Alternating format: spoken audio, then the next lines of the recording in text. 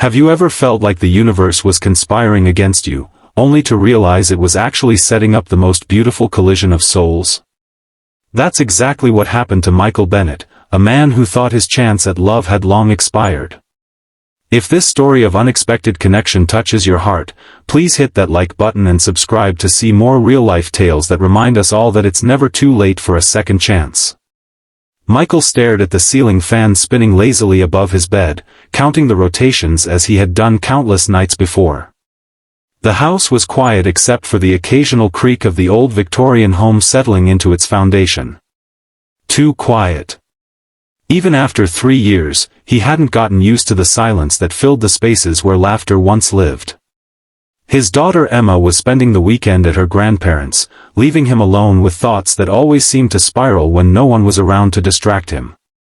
The alarm clock on his nightstand glowed 2:17 a.m., mocking his insomnia. In 5 hours, he would need to be up, dressed, and ready to face another day of pretending everything was fine. Another day of being both mom and dad to a 10-year-old who deserved so much more than a broken man still wearing his grief like an ill-fitting suit. Michael rolled onto his side, his eyes landing on the framed photo he couldn't bring himself to put away. Caroline's smile beamed back at him, frozen in time on their last anniversary before the cancer diagnosis that changed everything. "I don't know how to do this without you," he whispered to the empty room. The words hung in the air, unanswered as always. Morning came too quickly. Michael moved through his routine on autopilot: shower, coffee, a quick check of Emma's homework for Monday. He glanced at his phone, surprised to see a text from his sister Jen. "Don't forget, coffee at Rosie's at 10. No excuses this time. You promised." Michael groaned. He had forgotten. Jen had been trying to drag him out of his self-imposed isolation for months, insisting that rejoining the land of the living was long overdue. He typed a quick response, knowing that canceling would only result in Jen showing up at his door anyway. Rosie's Cafe sat on the corner of Maple and Fifth, its cheerful blue awning a landmark in their small town of Millfield. Michael parked his aging Subaru and checked his reflection in the rearview mirror. The dark circles under his eyes had become permanent fixtures, and the salt and pepper at his temples had definitely tilted more toward salt in recent years.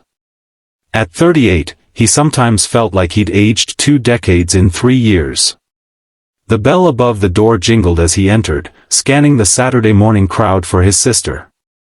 Instead, his eyes landed on a woman sitting alone by the window, completely absorbed in a book.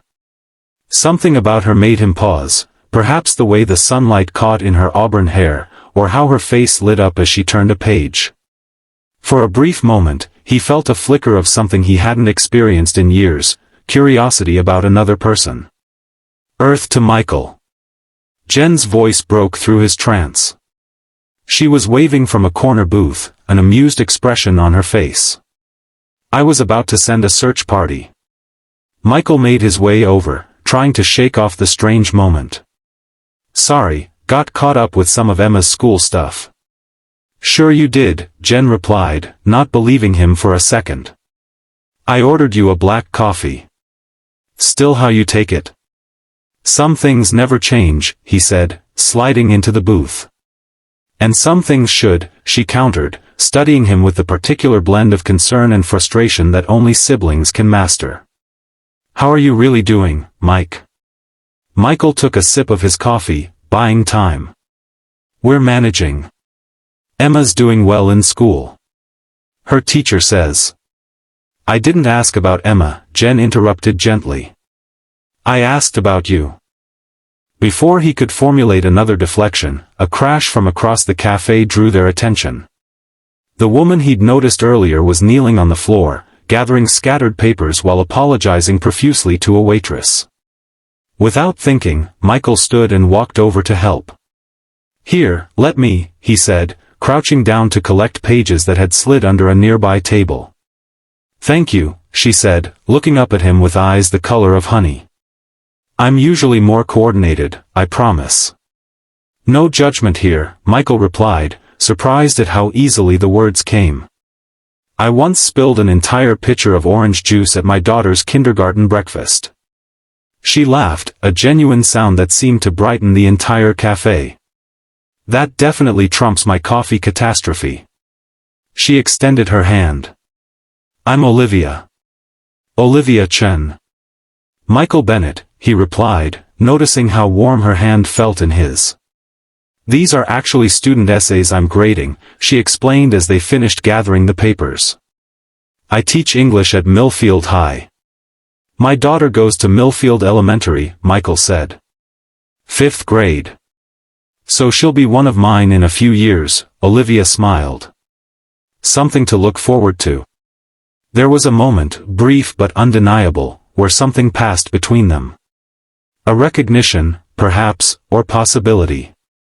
It ended when Jen appeared at Michael's side, introducing herself with a barely concealed gleam of matchmaking in her eyes. I should get back to these papers, Olivia said, gesturing to her table. Thanks again for the rescue. Anytime, Michael replied, surprised to find he meant it. Back at their booth, Jen was practically vibrating with excitement. She's pretty. And single. I can tell. How could you possibly know that? Michael asked, feeling a flush creep up his neck. No ring, and she was checking you out when you walked back over here. She was not, Michael protested, though something fluttered in his chest at the thought. When was the last time you talked to a woman who wasn't me, Emma's teacher, or the checkout lady at Kroger? Jen asked. Michael stared into his coffee. You know why I don't. Caroline would want you to be happy, Jen said softly. She told me so, Mike. Before she died. The words hit him like a physical blow. You never told me that. Because you weren't ready to hear it, she replied. Maybe now you are. The rest of the weekend passed in a blur of household chores and preparing for Emma's return. But Michael found his thoughts repeatedly drifting to Olivia Chen, wondering if their paths would cross again in a town as small as Millfield. He didn't have to wonder long. Monday afternoon, waiting in the pickup line at Emma's school, he spotted her walking across the parking lot, arms full of books. Before he could decide whether to wave, Emma bounded into the car, full of 10-year-old energy and stories about her weekend with Grandma and Grandpa. Dad, are you listening? Emma asked, breaking into his thoughts. Sorry, pumpkin. What were you saying about the frog? Emma rolled her eyes in that preteen way she'd recently perfected. Not a frog, Dad. A science project about frogs. We need to go to the library to get books. Right now? Michael asked, checking the time. Ms. Patterson says the good books get taken fast, Emma explained with the gravity of someone discussing nuclear launch codes. 20 minutes later, they were wandering through the nature section of Millfield Public Library when Michael heard a familiar voice. Well, if it isn't my coffee shop hero. He turned to find Olivia smiling at them, a stack of books balanced in her arms.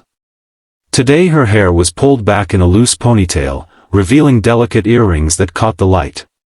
Olivia, hi, Michael said, suddenly aware of his wrinkled work shirt and the coffee stain on his tie.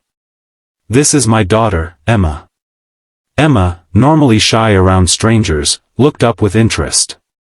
Are you a librarian? Olivia laughed. No, I'm a teacher at the high school. Just doing some research for my classes. We're researching frogs, Emma announced. For science. Frogs are fascinating, Olivia replied seriously.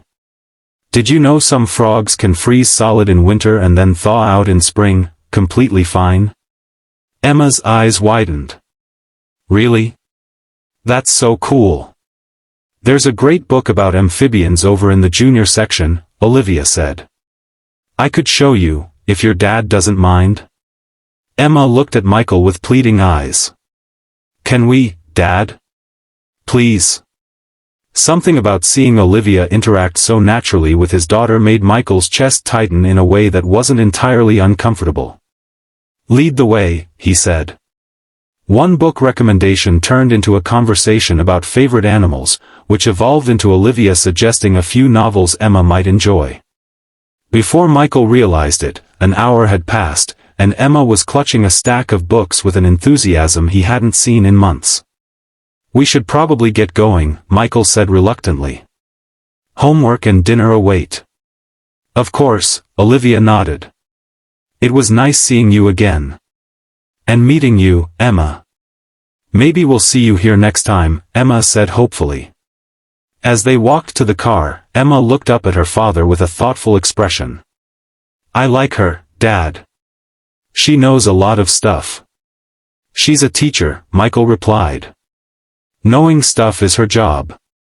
"No, I mean she knows cool stuff. Not just boring teacher stuff." Emma buckled her seatbelt. "And she has a nice smile. Like Mom in the pictures." Michael felt his throat tighten. "Yeah, she does." That night, after Emma was asleep, Michael found himself doing something he hadn't done in years, looking up Millfield High School's faculty page. There she was, Olivia Chen, English department. Her professional photo didn't capture the warmth of her smile or the spark in her eyes, but seeing it still made his heart beat a little faster. He closed the laptop, feeling foolish. What was he doing? He was a single father still wearing his wedding ring 3 years after his wife's death. The last thing he needed was to develop some schoolboy crush on a woman who was probably just being nice. Yet over the next few weeks, Millfield seemed to shrink. He spotted Olivia jogging in the park while he and Emma walked their aging golden retriever, Max. They bumped into each other at the farmer's market, where she convinced Emma to try star fruit for the first time. Each encounter left Michael feeling more alive than he had in years, and more terrified of what that might mean. "Just ask her out already," Jen said during their now regular Saturday coffee meetups. "The worst she can say is no." "That's not the worst that could happen," Michael replied. "The worst is that I'm not ready, I mess it up, and Emma gets hurt in the process." Or, Jen countered, "The worst is that you let fear keep you from living, and Emma learns that's what grief does to people." The words stung because they contained truth. Michael had been existing, not living, and Emma was watching, learning from his example.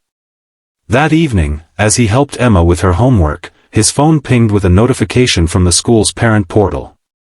A new event had been added to the calendar, Community Reading Night. Millfield High School hosts elementary students for storytelling and book exchange. "Hey Em, look at this," he said, showing her the screen. "Might be fun, right?" Emma read the description, her face lighting up. "It says Ms. Chen is one of the teachers running it. Can we go, Dad? Please?" Michael felt a mix of nervousness and anticipation. "Sure, why not?" The night of the event, Michael took extra care getting ready, changing his shirt twice before settling on a blue button-down that Caroline had always said brought out his eyes. Emma noticed, raising an eyebrow in a perfect imitation of her Aunt Jen. "You look nice, Dad," she said with a knowing smile that made him wonder when his little girl had gotten so perceptive. Millfield High School's library had been transformed for the evening. Colorful reading nooks were scattered throughout, high school students were paired with elementary kids for buddy reading, and a refreshment table offered cookies and punch. Michael spotted Olivia immediately, reading animatedly to a circle of captivated children, her expressions bringing the story to life. Emma tugged his hand. "Can I go listen?" "Of course," Michael nodded, watching as she found a spot in the circle, her face turned up toward Olivia with rapt attention. He wandered around the perimeter, looking at student artwork based on favorite books. When the story ended and the children dispersed to different activities, Olivia approached him with a smile that made his heart skip. "I was hoping you two would come," she said. "Emma seems to love reading." "Gets that from her mom," Michael replied, the words coming easier than they once had. "Caroline was an avid reader. Used to stay up all night to finish a good book." Olivia's expression softened. "Emma mentioned her mom isn't with you anymore. I'm sorry for your loss." "Thank you," Michael said, appreciating that she didn't offer platitudes or prying questions. It's been 3 years now. My dad died when I was 12, Olivia shared. Different circumstances, but I understand how grief reshapes a family. There was something in her quiet understanding that broke through walls Michael had carefully constructed. Before he could overthink it, he heard himself asking, "Would you like to get coffee sometime?" Not at Rosie's, somewhere we're less likely to spill things. Olivia's smile widened. I'd like that very much. Their first official date was at a small cafe in the neighboring town, away from curious eyes and small-town gossip. Michael arrived early, his stomach in knots like a teenager. When Olivia walked in wearing a simple green dress that made her eyes shine, he forgot every carefully planned conversation starter. I'm nervous, he admitted as they sat down. I haven't done this in a very long time. Dating? Olivia asked. Talking to someone who makes my heart race, he replied honestly. Her cheeks flushed slightly. Well, if it helps, you have the same effect on me. What was meant to be a quick coffee stretched into hours of conversation. Michael learned that Olivia had moved to Millfield 2 years ago after teaching in Boston, that she had a cat named Fitzgerald, and that she could recite entire passages from Jane Austen novels from memory. He found himself sharing stories about Caroline without the crushing weight of grief, talking about Emma's birth and her current obsession with marine biology, and even admitting his secret dream of writing children's books someday. You should do it, Olivia encouraged. The world needs more stories that come from a place of love and understanding. As they walked to their cars, Michael felt a lightness he'd forgotten was possible. I'd like to see you again, he said. If you want to. I do, Olivia replied. But Michael, I need you to know something. I understand Emma comes first, always. And I respect that your heart has been through a lot. I'm not looking to replace anyone or rush anything. Her words, so thoughtful and considerate, only made him more certain that this connection was worth exploring. Thank you for understanding that. It means everything. Their relationship developed slowly, deliberately. Coffee dates became dinner dates. Olivia joined them for movie nights and Sunday hikes. Michael found himself laughing more, sleeping better, and looking forward to mornings in a way he hadn't since before Caroline got sick. But integrating a new relationship into a life built around loss wasn't without challenges. The first time Olivia stayed for dinner at their home, Emma set the table with 4 places out of habit, then froze when she realized what she'd done. I'm sorry, she whispered, tears welling in her eyes. Michael knelt beside her. It's okay, sweetheart. Mom is always with us in our hearts. Olivia quietly removed the extra setting, then asked Emma if she'd like to help make the salad, giving her a task to focus on instead of embarrassment. Later, when Emma was in bed, Olivia admitted, I worry sometimes that I'm intruding on your memories. You're not replacing them, Michael assured her. You're helping us create new ones. The most difficult moment came 6 months into their relationship, when Michael finally took off his wedding ring. He sat on his bed, turning the gold band in his fingers, remembering the day Caroline had placed it there with promises of forever. I'll always love you, he whispered. But I think it's time to keep that love in my heart instead of on my hand. He placed the ring in the jewelry box that held Caroline's things, which he kept for Emma to have someday. When he saw Olivia that evening and she noticed his bare finger, her eyes filled with understanding of the magnitude of that choice. Are you sure? She asked softly. I'm sure about you, he replied. About us. Their first kiss, delayed by Michael's caution and Olivia's patience, happened on a rainy evening after they had taken Emma to a science museum. Emma had fallen asleep in the back seat, and they sat in Olivia's driveway, the rhythm of raindrops creating a private world.